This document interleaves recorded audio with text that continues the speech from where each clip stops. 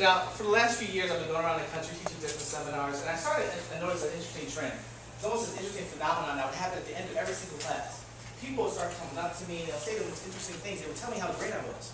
And at first, it was really surprising and shocking because most people didn't know the journey I had to go through to start doing what I'm doing right now.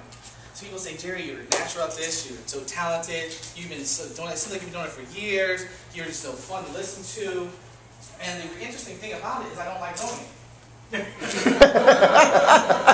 So that's the reality. Being in front of people and communicating and speaking is one of the worst things I could possibly do because I'm so afraid of what people are going to think about me. I was so afraid of being rejected. I was so afraid of making mistakes. See, at one point in time in my life, I was so afraid of making a mistake, I wouldn't even try something. And by having that fear and having that feeling going on inside, I missed out on so many different opportunities. Because part of me wanted to experience the joy and the excitement of doing this stuff that was new. I saw everybody else doing whether it was sports, academics, all this type of stuff, going for a promotion. And another part of me was like, I don't want to mess up. I don't want to look bad. How many of us have ever let fear stop us from going after what we want? And see, that's a challenge that most people experience every single day. Think about it. Speaking in public is more of a fear for people than dying. So people would rather be in the casket getting given the eulogy. It's sad, that's the reality. When they rank the fears, death is number 3, speaking in public is number 1. So why is it that fear holds us hostage? Anyone have any ideas? We don't want to be left alone. Don't want to be left alone. Okay, Marcus, you have your hand up? Fear of the unknown. Fear of the unknown. Okay, great. See, what I started to realize about myself is that we are powerful, and we're more powerful than we even imagine. There was a movie I went to see. It was called Coach Carter. Has anyone ever seen this movie? Mm-hmm. In the movie, Samuel L. Jackson was playing this character, Coach Carter, and he asked the young man that he was speaking to and coaching, he said, what is your greatest fear?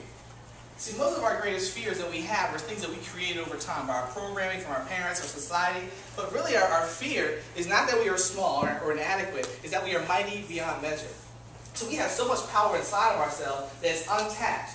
See, my company I started is called Potential Unlimited, LLC. And the reason I started that is because once I started to realize how to unlock my potential, I couldn't help but go help other people unlock theirs. It hurts me sometimes to see people bound by their limited beliefs. I almost want to cry. I don't really cry because I'm too pretty for that. But sometimes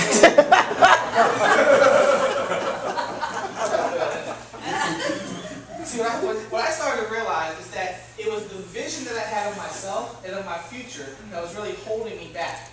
See, when I saw this quote, and I heard the quote for the first time in this movie, what it did is it gave me a different vision of my future. And not only did it give me a different vision of my future, it gave me a different vision of myself. See, that's one of the keys to overcoming the fear. It's what you see. See, Jack Canfield talks about self-esteem. Self-esteem is really how we see ourselves. Brian Tracy was mentioned earlier. He talks about this thing called the self-concept. And what he talks about is how your self-concept will determine everything you experience in life. See, I started to see myself as a conqueror. I started to see myself as a victorious person. And when I started to see that, the reality that I stepped into was totally different, which would allow me to go ahead and do the speaking. Now, did the fear disappear? No. But I became greater than the fear. See, the fear will always be there. The challenge is what you're going to do with it. See, you're a creator, and I think the creator is God. That's just my opinion. You may have a different opinion. But the creator gave us this emotion for a reason. And if you were going to create something, would it really make sense to create something with something that was going to hold you back? Would that make any sense? No. So the fear was designed to help us. But it's how you interpret what you're feeling that determines the actions you experience in your life. And through the course of my workshops and different trainings, I will help people deal with that emotion to overcome those objectives. Now, we don't have enough time today because I only have 1 minute left. But when you invite me, just gave away the science. But I know when you invite me back to come speak at your organizations and your companies, you're going to see that the people that you have working for you are going to be transformed by this new technology I'm going to be sharing with them on how to overcome what the programming that they've been experiencing up to this point in their lives, how to overcome that and start to step into their future and claim their destiny. Thank you. It was my pleasure.